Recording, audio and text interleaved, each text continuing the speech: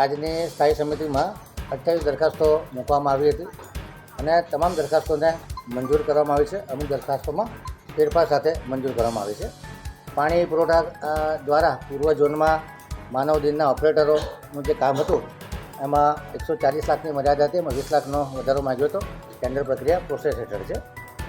Ward number 5માં જે low pressure અને contaminated પાણીના પ્રોબ્લેમ છે એ પ્રોબ્લેમમાં ગરીબ અને મધ્યમ વર્ગની જનતાને મદદરૂપ થવા માટે કોર્પોરેશન દ્વારા એમડીપી કનેક્શન તથા ડીઆઈ પાઇપલાઇન, જરૂરી સંલગ્ન વાલ, રોડ રિસ્ટોરેશન સાથેની કામગીરી, એમાં આરસીસીના રોડ પણ રિપેર કરવામાં આવશે અને તમામ રોડની ગેરંટી વોરંટી પણ 3 થી 5 વર્ષ રાખવામાં આવશે.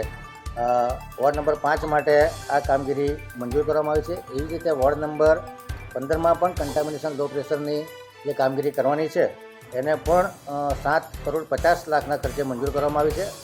જ્યારે વોર્ડ નંબર 5ની જે કામ છે 7,82,00,000ના ખર્ચે મંજૂર કરવામાં આવ્યું છે. આગામી દિવસોમાં અલગ અલગ વોર્ડમાં જે જગ્યાએ લો પ્રેશર અને કન્ટામિનેટેડ પાણીના પ્રોબ્લેમ છે એનો પણ સર્વે કરી અને આ પ્રમાણે દરેક વોર્ડમાં કામગીરી કરવામાં આવશે.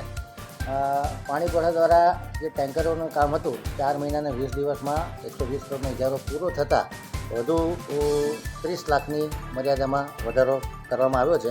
આગામી 1 મહિનામાં નવા ટેન્ડરની પ્રક્રિયા પૂરી થાય તે પ્રમાણેની કાર્યવાહી ચાલી રહી છે. પૂર્વ ઝોનમાં સાદાશિક એપીએસથી વિનય સોસાયટી સુધી ટ્રેન્ચલેસ પદ્ધતિથી ડ્રેન લાઇન નાખવાનું કામ છે, જેને 9,96,39,904 અને 31.59% ભાવપत्रकને મંજૂરી આપવામાં આવી છે.